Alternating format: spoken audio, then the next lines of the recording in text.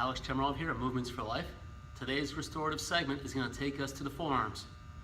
If you look back, we actually did some soft tissue on both all the flexors and the extensors, so I would highly recommend doing that prior to doing some of these local mobility stretches.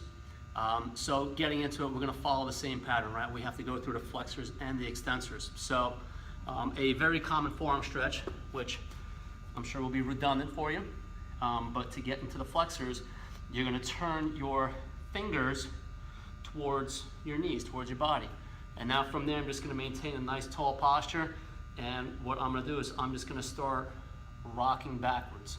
So if you can see the angle that's created between my hand and my forearm, kind of resembles like what a calf stretch would do, right? When the foot is anchored and then you kind of lean forward.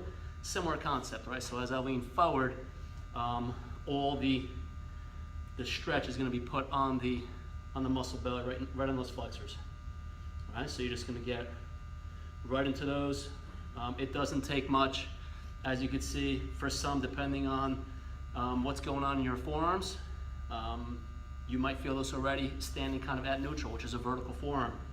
And the thing with forearms, very similar to like the plantar fascia of the feet, until you start getting any kinds of owies or tendinitises and aches and pains, you're usually not aware of the forearm muscles, right? You just kind of go about your day and do what you got to do. But truth be told, the forearms are involved in, think about what they have to do, right? All of our finger dexterity, grip, grabbing, pulling. So it's going to be influenced by elbow motion, wrist motion, as well as finger motion, right? So as we're doing all of our forearm mobility work, we can't dismiss that. We have to be really mindful of what position our fingers are in, our wrists, and also the elbow. So as we get into that, perfect segue from the elbow into that forearm stretch is to get a corkscrew type motion so that you can really get that top down driver going down into the forearms. All right, so great way to hit all the flexors. The extensors, a little bit different. So in laying kind of the hand on the side, as taught to me by my mentor, Mr. Tim Fasciola in here, who happens to be our movement coach, is to pin down the index finger towards your thumb. So you're actually going to block that down, and then what you want to do is, keeping the back of the hand on the ground, you're just going to focus on straightening the arm and then also corkscrewing the elbow so your elbow pit faces forward. And this is going to get right into those extensors. But again, you can play around by what you do with the index finger. So if you keep it straight and do the same thing, you're going to feel a pull for sure.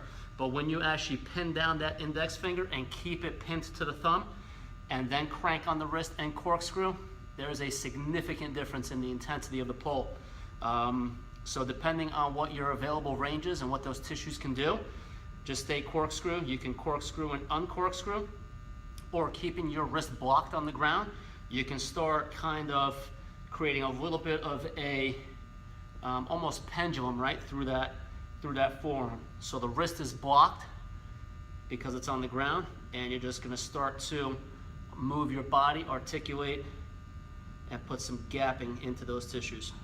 This is a rip. This is actually pulling on me quite a bit more than my flexors. I'm also super active with them, with all my woodwork that I do, all my lumberjacking festivities.